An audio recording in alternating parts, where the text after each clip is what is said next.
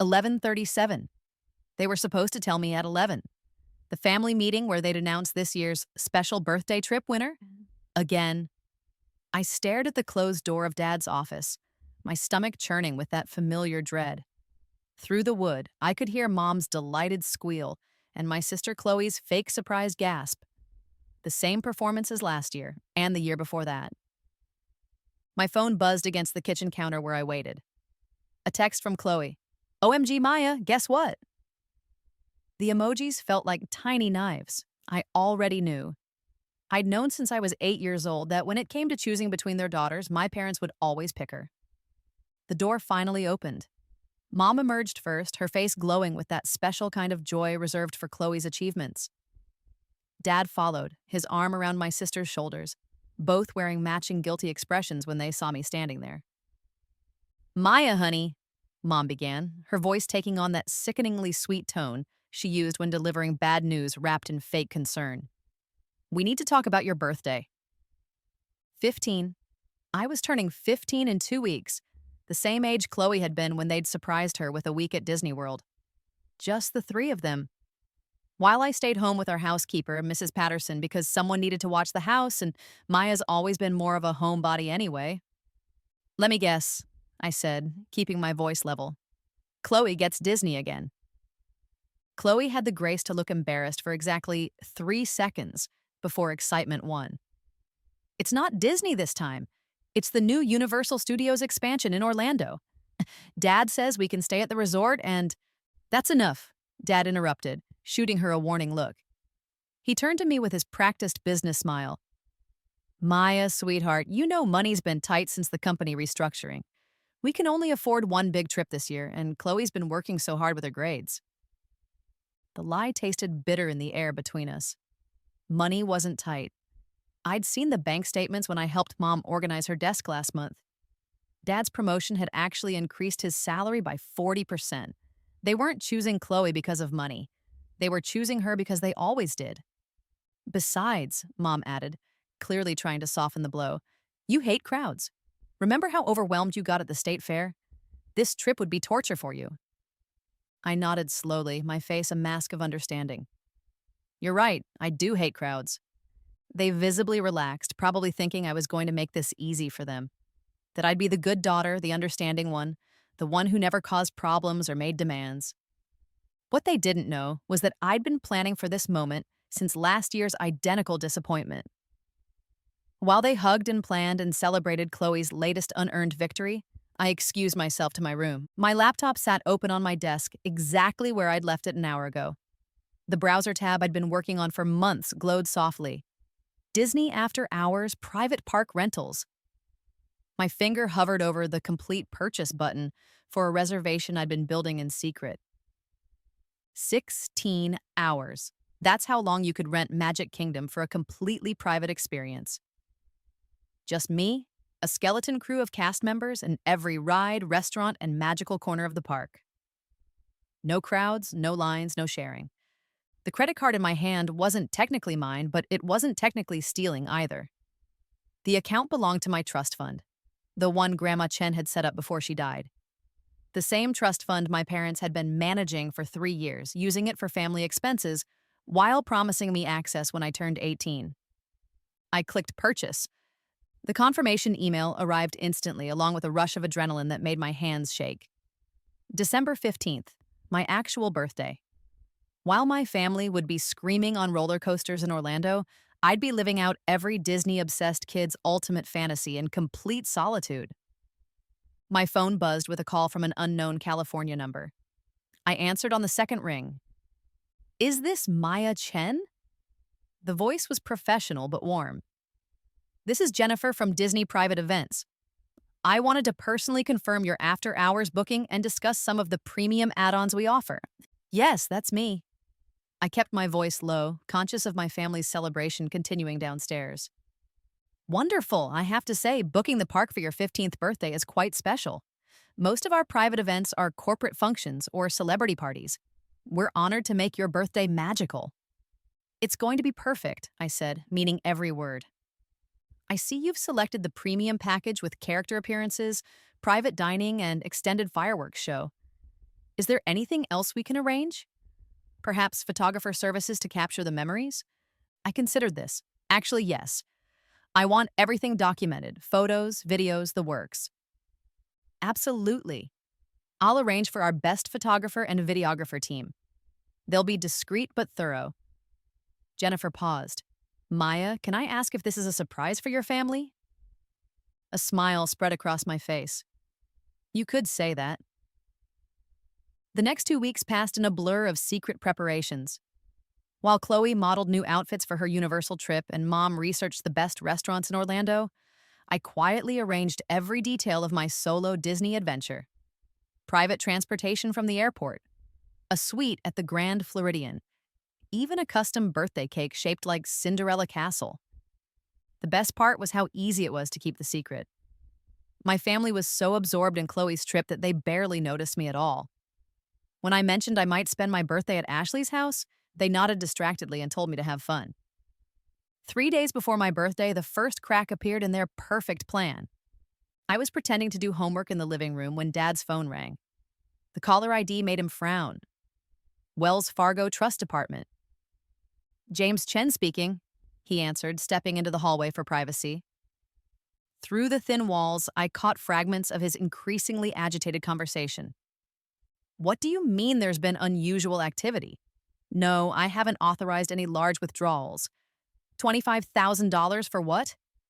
My stomach lurched, they'd noticed.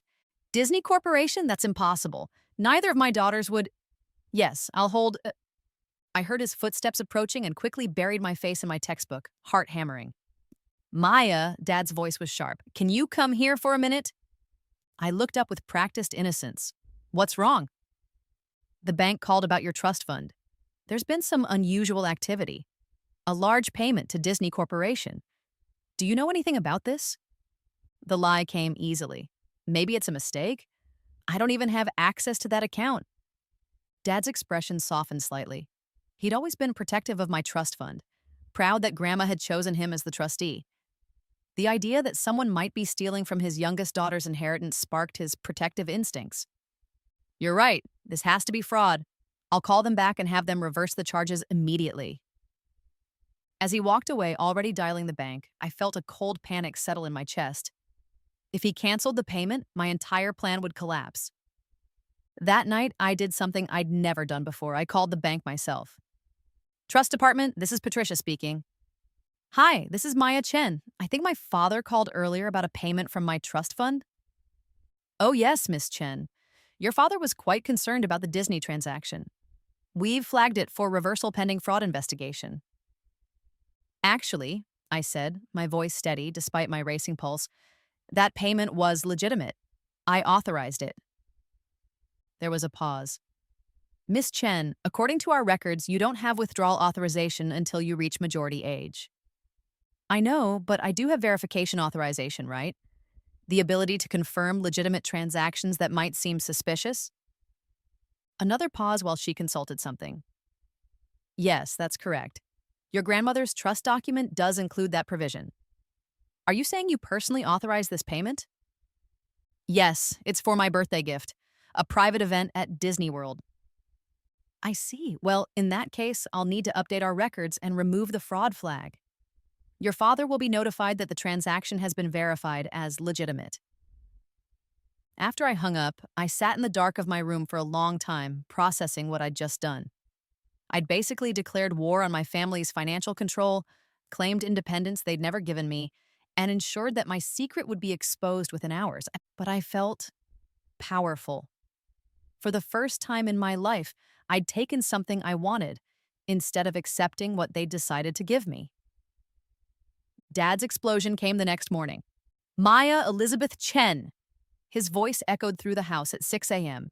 Get down here, now. I found him in the kitchen, still in his pajamas, holding his phone like a weapon. Mom stood beside him in her robe, looking confused and worried. Chloe hovered in the doorway, clearly torn between curiosity and self-preservation. The bank called, Dad said, his voice dangerously quiet. They said you confirmed a $25,000 payment to Disney Corporation. A payment for something called private park rental. I met his gaze steadily. Yes, for my 15th birthday. The silence that followed was deafening. Your birthday, Mom repeated faintly. You spent $25,000 on your birthday. From my trust fund, I clarified, the money Grandma left specifically for me. That money is for your education, Dad exploded. For college, for your future, not for some ridiculous fantasy princess party. Like Chloe's Universal trip? I asked quietly. That's completely different. Is it? How much are you spending on her trip? Hotel, flights, park tickets, spending money. I pulled out my phone and showed them the screen. I did the math. Your budget-friendly family vacation is costing about $8,000 that you can afford, but my birthday, my actual birthday, gets canceled because money's tight. Chloe stepped forward, her face flushed. Maya, I never asked them to cancel your birthday. I didn't even know. Of course you didn't know, I said, finally letting years of stored resentment seep into my voice. You never have to ask. Everything just gets handed to you. The trips, the attention, the assumption that you deserve more. That's not true, Chloe protested. You get plenty of things. Name one. Name one time in the last 5 years that I got something and you didn't. She opened her mouth, then closed it. Mom and Dad exchanged glances. Maya, Mom said carefully, you're being dramatic. We love you both equally. Do you? I pulled out a folder I'd prepared for this moment.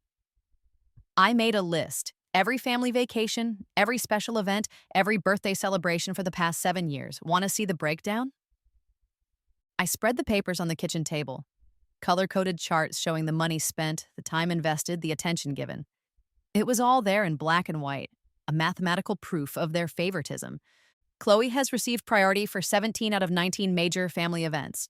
The 2 exceptions were when she was sick and literally couldn't participate. Dad stared at the charts like they were written in a foreign language. Maya, you're taking this all out of context. Am I? Let's talk context. I flipped to another page. Chloe's Sweet 16 last year, surprise party for 60 people, professional DJ, catered dinner, and a new car. My 14th birthday, dinner at Olive Garden and a gift card to Target. You said you wanted a quiet celebration, Mom protested. I said that because every time I asked for something bigger, you told me we couldn't afford it. But somehow, 3 weeks later, Chloe needed new equipment for her photography hobby, and suddenly, $5,000 appeared. The kitchen fell silent except for the hum of the refrigerator. Chloe looked like she was going to cry. Mom had gone pale. Dad was still staring at my documentation like he couldn't believe it existed. The Disney trip is happening, I said finally. The money's been paid, the contracts are signed, and I'm going. The only question is whether you're going to support me or spend the next week trying to punish me for finally asking for something equal to what you give her.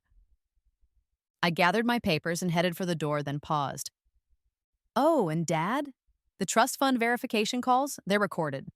The bank has documentation that I personally authorized legitimate use of my inheritance money. So maybe think twice before claiming I stole anything. I left them sitting in stunned silence and went to pack for the most expensive birthday celebration in family history. The flight to Orlando felt like crossing into an alternate universe. First-class seat, champagne for the birthday girl, sparkling cider, but still. And a level of service I'd only seen in movies. When the flight attendant asked about my special trip, I told her I was celebrating my birthday at Disney World. How wonderful! Are you going with family? No, I said, settling back into my seat with a satisfied smile. Just me. The car service was waiting when I landed. A black Mercedes with a driver who treated me like visiting royalty.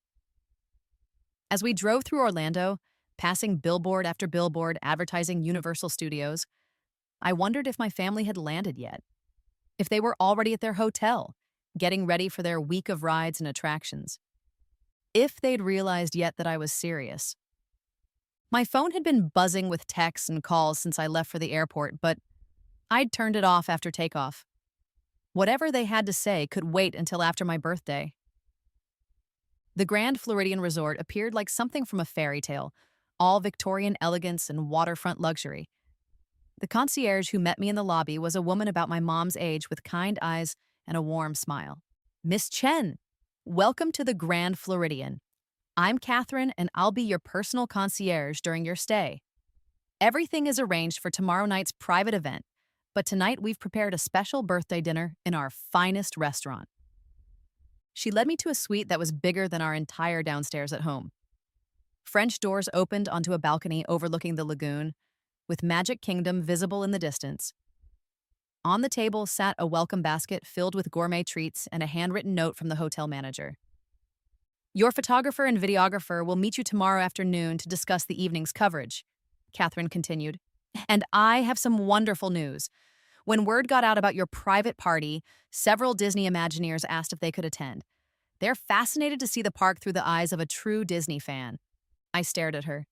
Imagineers want to come to my birthday party? 3 of them, actually. The team leads for attractions, entertainment, and guest experience. They said it's rare to get such pure feedback about the Disney magic from someone experiencing it without distractions. That night, as I sat alone in the resort's signature restaurant, being treated like a VIP while my family presumably argued over dinner at some Orlando chain restaurant, I felt something I'd never experienced before, the satisfaction of being chosen. Not chosen over someone else, but chosen for myself, for my own worth. The restaurant staff had prepared a special birthday dessert, a miniature castle made of spun sugar with sparklers on top. As other diners turned to look and clap, I made a wish I'd been saving for 15 years. I wished to never again accept being second choice. December 15th dawned gray and drizzly, but I didn't care. This was my day, purchased and planned and perfectly orchestrated. The photographer team arrived at noon, 2 women named Sarah and Kim who specialized in lifestyle magic, they called it. We've never shot a solo private event, Sarah admitted as she set up her equipment. Usually it's corporate groups or celebrity families. This is going to be incredible. What made you decide to do this? Kim asked, adjusting her camera settings. I thought about how to answer. I wanted to see what it felt like to be the priority for once. They exchanged a look I couldn't quite read. At 4 p.m., a private car took us to Magic Kingdom's backstage entrance. No crowds, no lines, no waiting. Just me and my small crew being escorted through corridors I'd only seen in behind-the-scenes documentaries, and then we emerged onto Main Street, USA, and the world stopped. The park stretched before me in perfect empty silence. Every light twinkling, every decoration in place, every detail exactly as it should be, but without a single other guest in sight. It was like walking into a sleeping fairy tale. Miss Chen? A voice behind me made me turn. A man in a Disney suit was approaching with 3 other people, 2 women and another man, all wearing name tags I couldn't read from a distance. I'm David Martinez, VP of Guest Experience. These are the Imagineers I mentioned, Jessica, Robert, and Amanda. We wanted to welcome you personally to your very special birthday celebration. Jessica stepped forward with a smile. Maya, we've been looking forward to this all week. It's not often we get to see the park through the eyes of someone experiencing pure magic.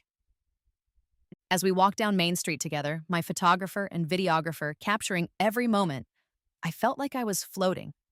Every window display, every hidden Mickey, every carefully crafted detail revealed itself without the usual chaos of crowds and noise. What would you like to do first? David asked. I looked around at my private kingdom and laughed. Everything. The next 6 hours were pure, undiluted magic. I rode Space Mountain 12 times in a row, just because I could. I had a private tea party with Alice and the Mad Hatter in an empty restaurant. I danced with Belle in the Beast's library while my videographer captured every twirl. But the most magical moment came around 10 p.m.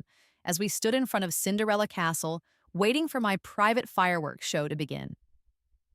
Maya, Amanda said quietly, can I ask you something? Why did you want to do this alone?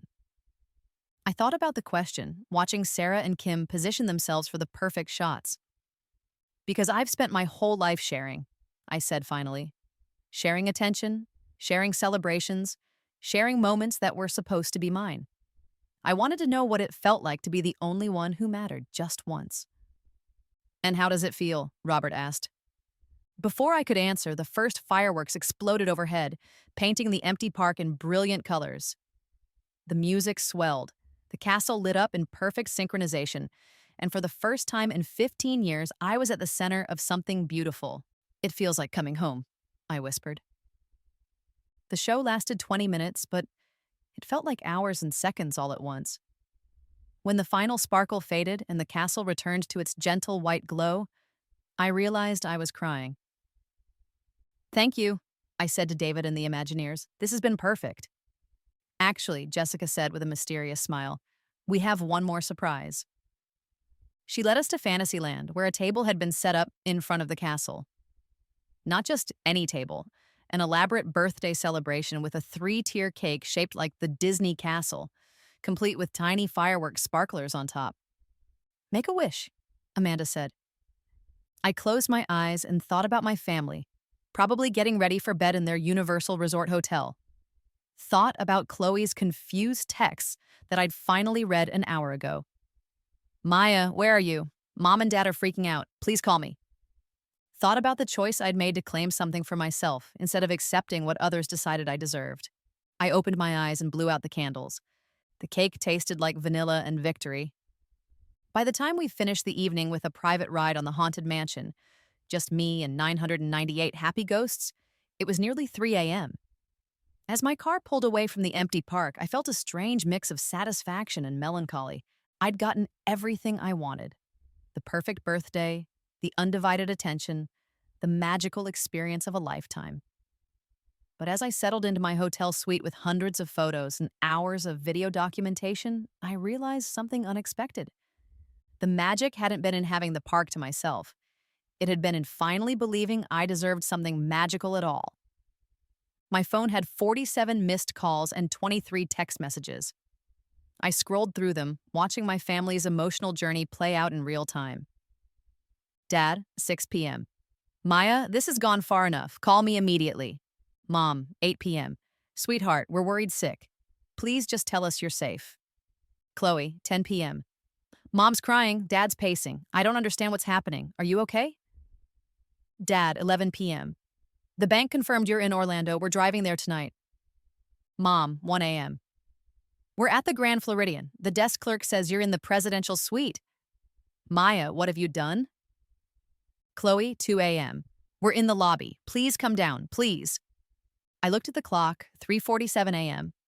They'd driven 4 hours in the middle of the night to find me. A soft knock at my door made me freeze. Then Chloe's voice, barely audible through the wood. Maya, I know you're in there. The concierge told us about your Disney thing. Can we talk? I considered pretending to be asleep, but something in her tone made me open the door.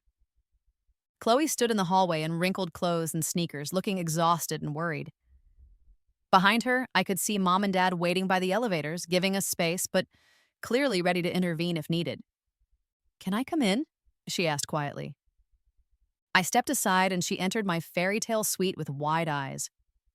Maya, this place is incredible. And the pictures... She gestured to the iPad where my photos were already uploading. You had the entire park to yourself? Yes. She sat on the edge of the massive bed, looking small and lost. I don't understand. Why didn't you tell us? We could have... Could have what? I interrupted. Joined me? Made it about both of us? Found a way to make sure you got equal attention? That's not fair. Isn't it? I sat across from her.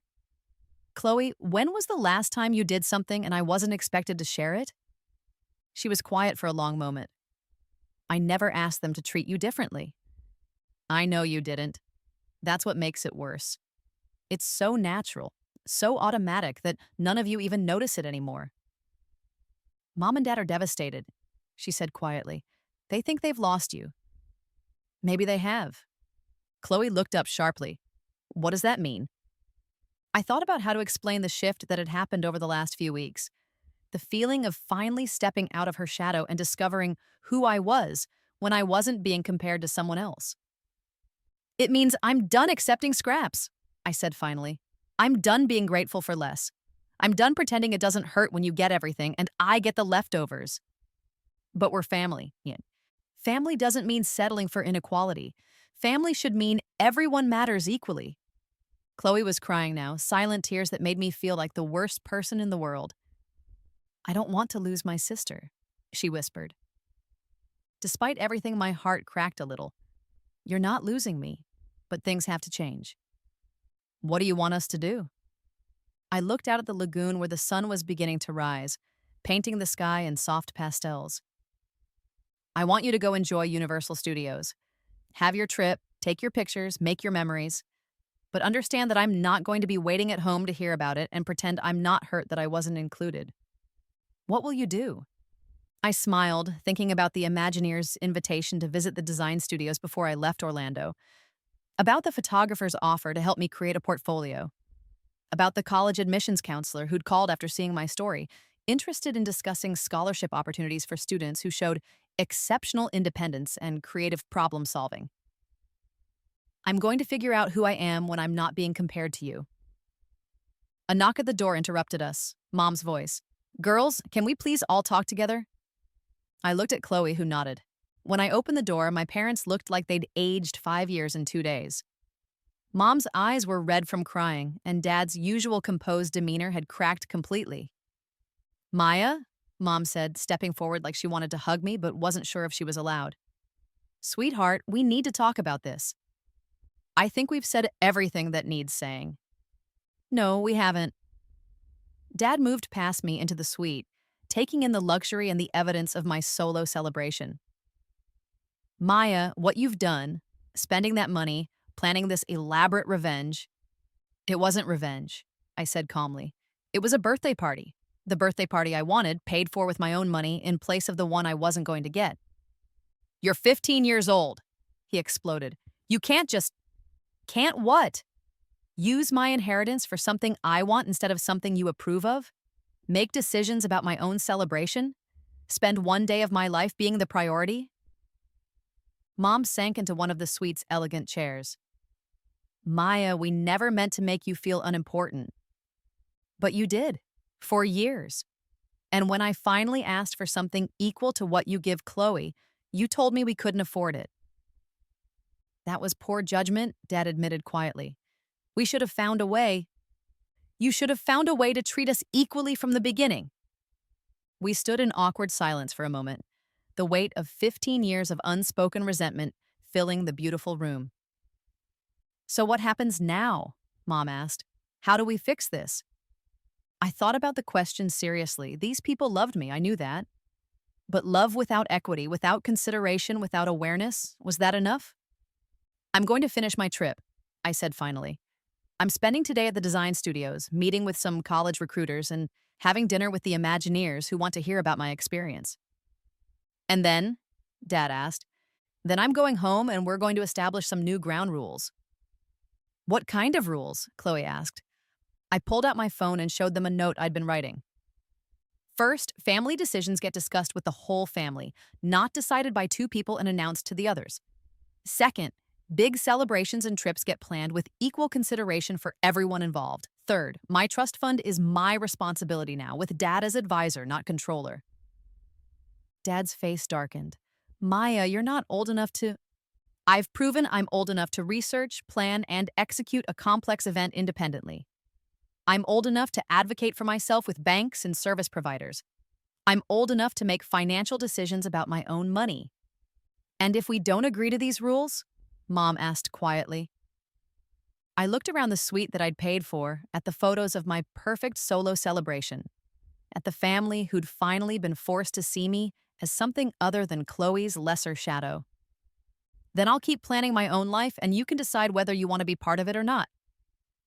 The silence stretched between us, filled with the weight of changed dynamics and uncertain futures. Finally, Dad spoke. You've gotten very good at making ultimatums. I've gotten good at recognizing my worth. Mom wiped her eyes. We messed up, didn't we? We really messed up. Yes, I said gently, but it's not too late to do better. Chloe stood up. Maya, I want to do better. I want to be a better sister. Then go enjoy your Universal trip, I said. But when you come home ready to share space instead of taking up all of it. 2 hours later, I watched from my balcony as my family's rental car pulled away from the Grand Floridian. They were going back to their original vacation, but everything had changed. The power balance had shifted. The unspoken assumptions had been challenged, and I'd finally claimed space for myself in a family dynamic that had excluded me for years. That afternoon, I toured Disney's Imagineering facility with Jessica and Amanda, learning about the creative process behind the magic I'd experienced the night before. As we walked through workshops where dreams became reality, Jessica asked me a question that stuck. Maya, what do you want to create? I thought about it as we stood in a room full of attraction prototypes and concept art. I want to create spaces where everyone gets to be the main character of their own story, I said finally. That sounds like theme park design, Amanda said with a smile. Have you ever considered studying experience design? 6 months later, I'm sitting in my first college level course on hospitality and experience management, paid for by a scholarship from Disney's Educational Foundation. My family relationships are still a work in progress, but they are progressing. Mom and Dad attend my school events with the same enthusiasm they used to reserve for Chloe's activities. Chloe and I are learning to be sisters instead of competitors, and sometimes, late at night when I can't sleep, I look at the photos from my 15th birthday and remember what it felt like to stand in the center of magic and know that I deserved to be there. The best part isn't that I won. The best part is that I finally learned how to play the game. My phone buzzes with a text from Chloe. Saw your acceptance letter on Mom's desk. MIT? Maya, that's incredible. I smile and text back. Thanks. Want to help me celebrate? For the first time in our lives, the answer is yes, and she means it. 3 years later, I'm standing in another empty theme park, this one in Tokyo, where I'm interning with Disney's International Design team. But this time, I'm not alone, because I had to buy my way into the space. I'm alone because I've earned the right to be here, creating magic for others who dream of being the center of their own stories. My phone lights up with a video call from home. The whole family crowds onto the screen. Mom, Dad, and Chloe calling from our kitchen where they've hung a banner reading, "Congratulations, Maya." We're so proud of you, Mom says, and for the first time, I can hear that she means it completely, without reservation or comparison. Tell us everything, Dad adds. How's the project going? As I describe my work designing immersive experiences for Disney's newest attraction, I realize something that makes me smile. I finally have their full attention. Not because I demanded it or bought it or fought for it, because I earned it. And that, more than any private fireworks show or empty castle, feels like real magic.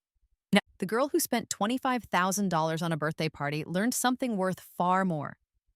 Sometimes the only way to get what you deserve is to stop accepting anything less. The kingdom was always mine. I just had to be brave enough to claim it.